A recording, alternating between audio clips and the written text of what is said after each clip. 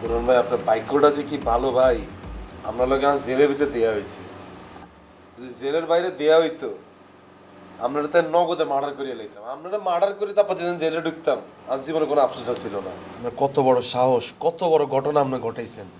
আপনার আমাকে হাবু ভাই হসপিটালে গেছে, বেটা বিদেশ যাইবে এত কষ্ট করে টেয়া হয়সা জমাইছে, বেগুনটে আপনি মারিয়ে দিয়েছেন। আমার সেমিস্টার পিরিয়ড টেয়া এই দড়ি যে আমরা পিছাইছি, আমরা অন্দরটা কাভার করতে পারি না। আর সেই মানুষ আপনি আর পাশে খাড়ে আসমানের দিকে তাকিয়ে রয়েছেন।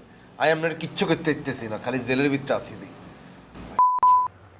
ঠিকই বলছেন কাবিলা ভাই, আমি যে অপরাধ করছি আমার আসলে মৃত্যুদণ্ডই হওয়া উচিত। এই যে মানুষটার জন্য আমি এত কিছু করলাম, এত বড় অপরাধ করলাম, সেই মানুষটাই আজকে আমার পাশে নাই, আমি বাঁচাইতে পারলাম না। কাবিলা ভাই, আমি যদি এখান থেকে জামিন পাই, আমি আবারও আপনাদের কাছে যাব, আপনাদের কাছে ক্ষমা চাইব, আপনাদের টাকা পয়সা জিনিসপত্র যা যা নিছি সব কিছু ফেরত দেওয়ার চেষ্টা করব। অনেক তো হইল, অনেক তো করলাম, কিন্তু বাকি জীবনটা আমি সুস্থভাবে সুন্দরভাবে কাটাইতে চাই।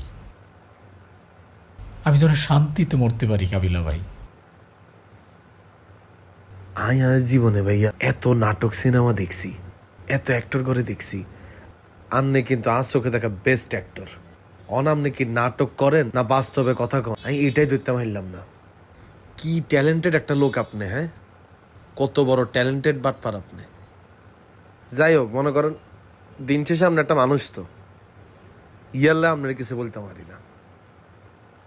কেক খাইবেন নি? না ভাই, আমি তো সেহরি খাইছি একটু আগে।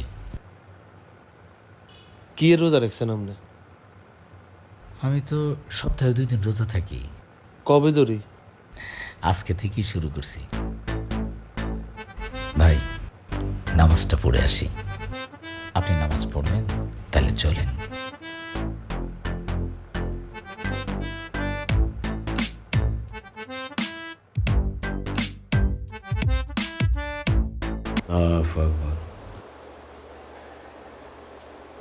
আসসালামু আলাইকুম রহমতুল্লাহ। আসসালামু আলাইকুম রহমতুল্লাহ। আল্লাহ, আমি তো গুনাহগার বান্দা বাবু। হে আল্লাহ, আমি তো অনেক পাপ করছি, আমাকে তুমি ক্ষমা করে দিও বাবু। তুমি ক্ষমা না করলে কে ক্ষমা করবে বাবু? তুমি তো ক্ষমাশীল বাবু। আমি আমার বাকি জীবনটা দেব সুস্থভাবে সুন্দরভাবে কাটাতে পারি বাবু। লাগাও না আরো জোরে ব্যাচেলার পার্টি সং, লাগাও না আরো জোরে ব্যাচেলার পার্টি সং, লাগাও না।